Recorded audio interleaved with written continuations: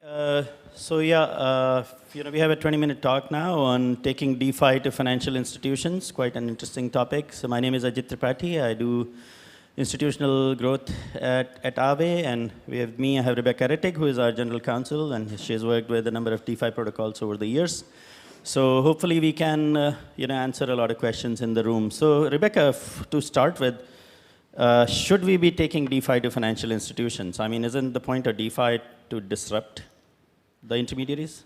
So I think we also have to, as a lawyer, I'll turn the question around and make it answerable. But financial institutions have just been extremely interested in DeFi, especially over the last 6 months to a year.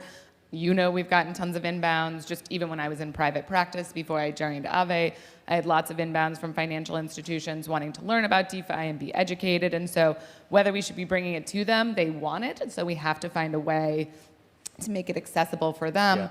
And I'm a big believer in the sort of disruption of DeFi and decentralization in general, and the disintermediation of financial services. But at the same time, I think to have a massive influx of capital from institutions will really take DeFi to a new level at a very rapid clip. Yeah, so, since December, when I joined, I've been really surprised by how interested financial institutions, right, all the way to the biggest investment banks, hedge funds, you name it, have been in DeFi, right? I was expecting that we will meet with a lot of resistance, and every time we talk to institutions, it'll be a hard conversation, but they've been coming in. They've been chasing us on LinkedIn, Twitter, Telegram, whatever. So what is making them so interested in DeFi? I mean, why are they so excited? I think DeFi summer, a year ago really lit the fire and things, and I think seeing the yields at rates that they couldn't even compete with in the traditional financial world is what really got them there. And especially for hedge funds, I mean, there are fiduciary duties, right? You have duties to your investors and your clients to make sure that you get the best return possible, and so this is one way to do it. Yeah, so one of the things, it's that in my experience, DeFi operates at light speed, right? Everything moves really quickly. You connect with MetaMask, and suddenly you have billions in TVL and whatnot. Whereas when we talk to financial institutions, we have to deal with lots and lots of lawyers. So how can the community sort of, accelerate that process and dealing with all the compliance and risk and all of that stuff? So I think there are two components, but the first one that should guide us all, I think, in DeFi these days is education. We should all be out there talking and explaining how DeFi works from a technical perspective. And I'm doing a lot of that, both at the institutional level and at the regulatory level, because that's very important for the financial institutions. And then I think as we're educating at sort of light speed, which I feel you and I are, I think we have a few calls a week with all sorts of different financial institutions, and I have the same with regulators and central banks across the world and things like that. And then we continue innovating at the rapid clip to be able to meet their main concerns. I think we'll be able to mediate between the glacial pace at which traditional financial services moves and the light speed that DeFi moves at. Yeah. So, it's been quite a controversy in the community about adding KYC to Aave Pro. I mean, no one really likes KYC, but I mean, why do that? That's the only way that most financial institutions can get into DeFi, because regardless of where they're located, and I can speak at least to the United States, there's something called the Bank Secrecy Act, and most financial institutions are regulated in some way, shape, or form as a financial institution. And so the Bank Secrecy Act applies to financial institutions in the United States, and it's pretty expansive as to what constitutes a financial institution. They all have to meet these KYC, AML requirements to ensure that the money they're touching is clean, for lack of a better word. And the same types of things apply globally as well. FATF, the Financial Action Task Force, has these global regulations that impose KYC and AML requirements on financial institutions. So if they want to get into DeFi, there has to be a way to do it that allows them to be compliant and to access DeFi. So so that's the KYC bit, right? And I mean, for some institutions, that's the only way to access DeFi. Now, what about the innovation aspect? I mean, how do we get, because there is a lot of expertise in financial institutions, right? There are great trading expertise, there is great, lending expertise, there is risk management, financial engineering expertise. So how do we get that expertise into DeFi, right? How do we get institutions more involved in the community to innovate more and accelerate really this future of France that we are building in France? At least from the technological perspective, I feel like that's the least amount of resistance we have. So, I mean, at the Aave companies and other DeFi, I think people from the traditional financial world want to get into. Can you take a step forward? I'm very worried that you're going to fall off the. No, I'm just keeping social distance. Fair enough. Right. So I think the technical perspective is not what people are worried about. I think it's the compliance, like you're talking about. And so if we can meet them there and give them a solution to that, the technical part of it is not so complicated. And I think there are lots of third-party service providers outside of the software developers who are coming up with solutions for financial institutions to get into DeFi, right? So they can't just have their own MetaMask and connect and call it a day, right? They're going to need to have a multi-step process, but there are other service providers who do that. There are custody providers, and so I think as long as the ecosystem continues to grow, we'll be able to, continue to have traditional financial institutions come in. So in the last, 7-8 months, one of the most interesting days for me was when a really interesting quant fund, a large quant fund, came in and with a bunch of ideas around, for Aave protocol. And now, so do you see institutions getting more involved in governance in the future, and is that, a positive step for financial institutions to get involved in DeFi governance? I think the more people who are involved or entities who are involved in governance, the better for everybody, right? Governance should be a very diverse, very invested process. And I think to see lots of different types of factions wanting to grow the ecosystem around a protocol is incredibly important. Right. And so one of the, so it's KYC, AML, that's the starting point. Now there are, when you speak to regulators and the legal community, the regulatory and legal community, what else are they talking about? What else is on their minds about, sort of regulating DeFi or, where DeFi should go? I mean, the regulators are extremely focused on KYC, AML. I think we saw from the FATF guidance that came out in March, that's really what regulators are focused on. I mean, we can see from the BlockFi order that came out yesterday, they're also concerned about what these different types of instruments constitute, and can they fit into the traditional definitions of things like securities, securitized loans, and stuff like that. And one of the things that I really try to focus on when I speak to regulators is that these are entirely new financial products, especially when it comes to DeFi. I think part of the problem with the BlockFi order yesterday is that they were a bit confused that BlockFi is DeFi, which it's not. BlockFi is incredibly centralized. And so to explain that these products are very different and the way the technology works is extremely different from the way the traditional financial world works is very important. So BlockFi is DeFi is great marketing for BlockFi, right? I mean, I'm sure somebody saw that at BlockFi and said, wow, we are DeFi, that's great. So, but I think what constitutes DeFi? What are the boundaries between DeFi and how, when the communities, I'm sure a lot of us speak to regulators, institutions, this and that. Now, how do we sort of say, okay, this is the boundary, this is what makes it DeFi, and this is why something like BlockFi isn't necessarily DeFi? So I talk a lot about there being a spectrum of decentralization. I think there are two different pieces to think about something being decentralized. One is the technology itself. If the protocol is deployed onto Ethereum, the technology itself is decentralized because Ethereum is decentralized. I think we can distinguish that from how BlockFi works as a general matter. Yeah. I think the other piece of it is who controls the protocol or the financial transactions. So in something like BlockFi, it all goes through BlockFi, the entity. They control how it works. They control your money. They're much more like a traditional centralized financial institution.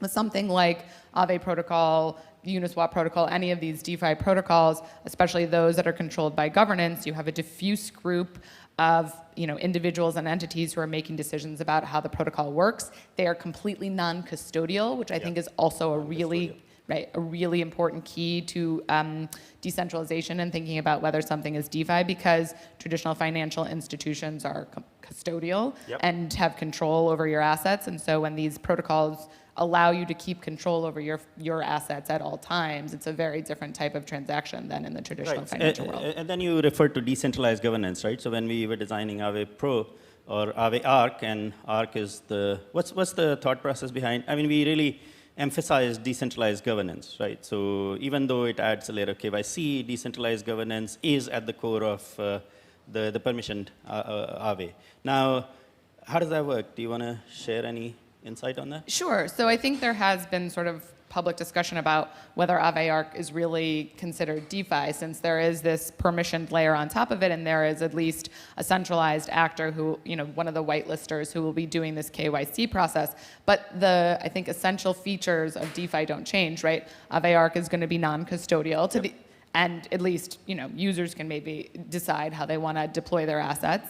And it is going to be, as you noted, controlled by Aave governance. And so any changes that need to be made to Aave Arc or any additions or anything like that is all going to go through the typical ARC, AIP process with Aave governance, and the DAO will vote on it, and Aave holders will be able to make decisions relevant to Aave Arc. Yeah, that's really cool. Now, I think in my experience, what that does is that gets really, a lot of institutions excited about the governance aspect, and there is just this new way of building and operating the financial infrastructure of the future. But they do worry about something, right? They do worry about asset protection, which means, in DeFi community, sometimes on Twitter at least, there's a lot of discussion of rug pull and this and that, and people losing their assets, and that doesn't help the conversation at all. So how do we sort of move the needle on sort of creating this reassuring institutions that their assets in DeFi are safe, and what can the community do to make that happen? There are a few things. I mean, I think that there are a lot of native risk mitigation solutions that are being built up, right? You can today get insurance on anything you've deposited in a DeFi protocol through something like Nexus Mutual.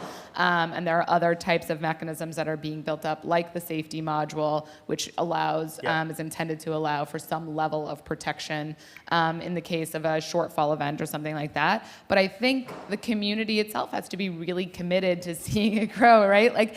I think everybody in this room and the majority of the individuals and entities who are interacting in DeFi have really good intentions and want to see the ecosystem grow, and that just has to drown out any of these rug pulls or other types. So we have to sort of change the conversation. I think Stani had a tweet about, if we approach, I don't remember the exact sentence, but if we approach with that mentality, then we're going to turn off all the users and not just the institutions, right? So I think there is a cultural aspect and sort of changing the conversation towards just a little bit more responsibility towards people's assets. I think that's right, and I think the regulators know who the responsible actors and well-intentioned actors are in the space, and they're talking to them on a regular basis to try to learn the tech and understand it.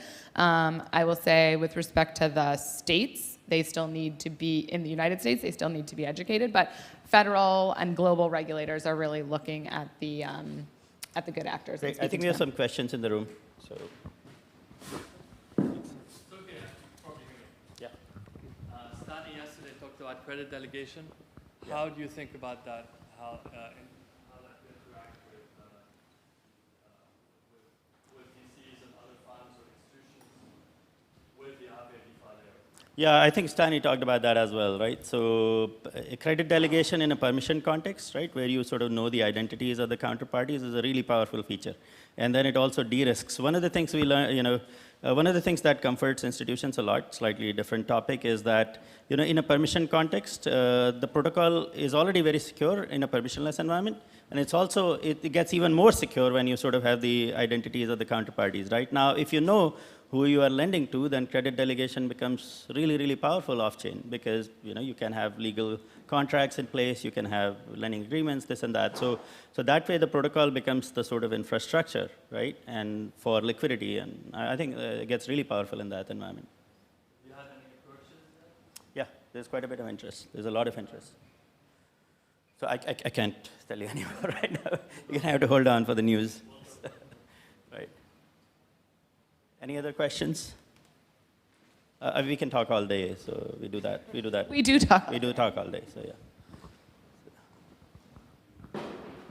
What do you see as the longer-term picture of DeFi and traditional finance? Do you see DeFi totally replatforming the existing financial system? And if yes, over what time period do you expect things to move to a more mature phase? Anything you could share in terms of like vision and how things might look 5, 10 years from now would be really helpful. You want to take that? Then I can take that. Sure.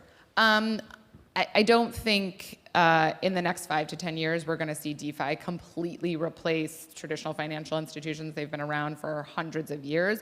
But I do think that there is a massive revolution happening. And so in 5 to 10 years, we'll see an extraordinary expansion of total value locked. I think we will see new protocols that allow for new and different types of financial transactions, new and different types of financial assets to come into existence. And so I think that it will be a significant eating away at the way the traditional financial world works, right? It's almost the way Ajit is talking about, at least Aave Arc a little bit, it almost sounds like fintech, right? Because they can use it to do the types of things that they otherwise can't do, or that takes them a long time to do in the traditional financial world. Yeah, so what excited me most about institutions and DeFi is talking to the chairman of Deutsche Börse, right? It's the biggest, one of the biggest exchanges in the world, and he said, "Why are my developers writing all of this smart contract code? It should all be open source. I should pick it off of GitHub." And this is coming from the chairman of Deutsche Börse, so that's a big deal, right? Now, DeFi is doing that. DeFi is building open source financial infrastructure today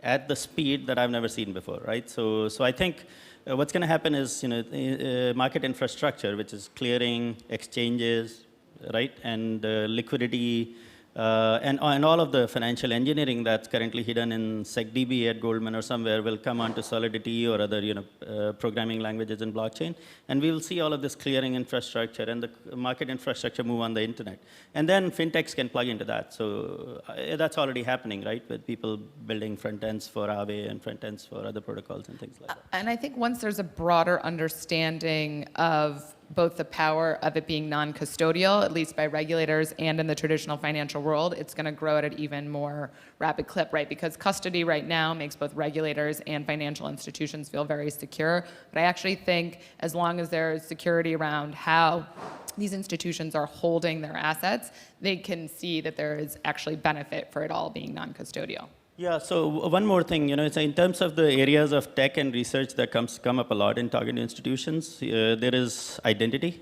right? So if you have to KYC everyone for a different protocol every time, that breaks composability, right? So as in you want to KYC once and use as many protocols as possible. The second thing is privacy, because institutions are very sensitive to transaction data privacy, especially on AMMs. Where they can be traded against. The third thing is reputation, credit ratings, this and that, because if you want to do uncollateralized lending, that gets really important. And the fourth is recourse, right? If something goes wrong, is there a stop button somewhere? And right now there isn't a stop button. But most financial systems rely on having a kill switch. So those four things, I think, are terrific areas of research apart from the work that's already going on in scalability, and that will really help.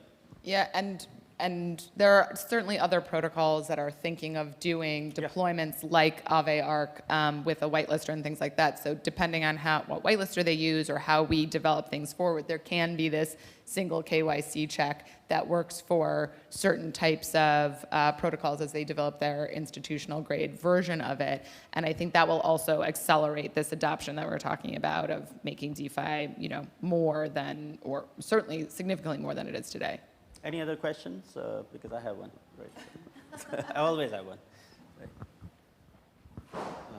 Where do you see the most interest in coming from? Like, is it from the buy side, like hedge funds? And also, like, what's your plan with MetaMask institutional? The news just came out, and is it gonna satisfy the requirements you just said? And so I'll take the first question. So there is in terms of risk and being regulated, there is a curve of financial institutions. They are not all the same. Already in December, I was getting, we were getting messages on LinkedIn from family offices and, proprietary money, essentially, people managing their own money saying, hey, can you support us? And we were doing a lot of demos of Aave and essentially explaining risk parameters and so on. Now the curve is starting to shift, right? So now we are starting to talk to the biggest, the Goldmans, the JP Morgans, the DRWs of the world, and these are serious conversations, right? So this is not, oh, we are vaguely interested, we're writing a paper. This is actually, what happens when we deploy the money type of conversation. So we've come a very, very long way in a very quick space of time. Now, financial institutions do move slowly, but what would excite me the most is, asset managers, right? Pension funds. So it's really going to the far end of asset protection and building that kind of trust in DeFi that you can put people's pensions. That's the highest level of, safety that you need to have in DeFi. And if you can do that, then I think we are all going to make it. We're all going to make it. It's just We're a all matter gonna of make it. when. That's basically it. Right. That's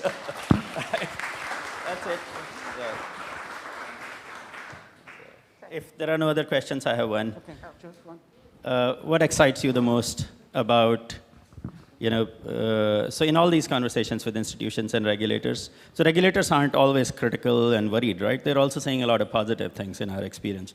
What are the positive things the regulators are saying about DeFi? I think that there is an excitement around the innovation of finance, right? We haven't really had a real financial revolution. I don't know if I even think fintech is, can touch the financial revolution that DeFi is bringing globally. And so I think that everyone is really excited about that and about what it means. And for the regulators are actually really trying to do a good job of understanding the technology before they do anything else. Absolutely. Thank you so much. This has been a pleasure. Thank you, Rebecca. Thanks.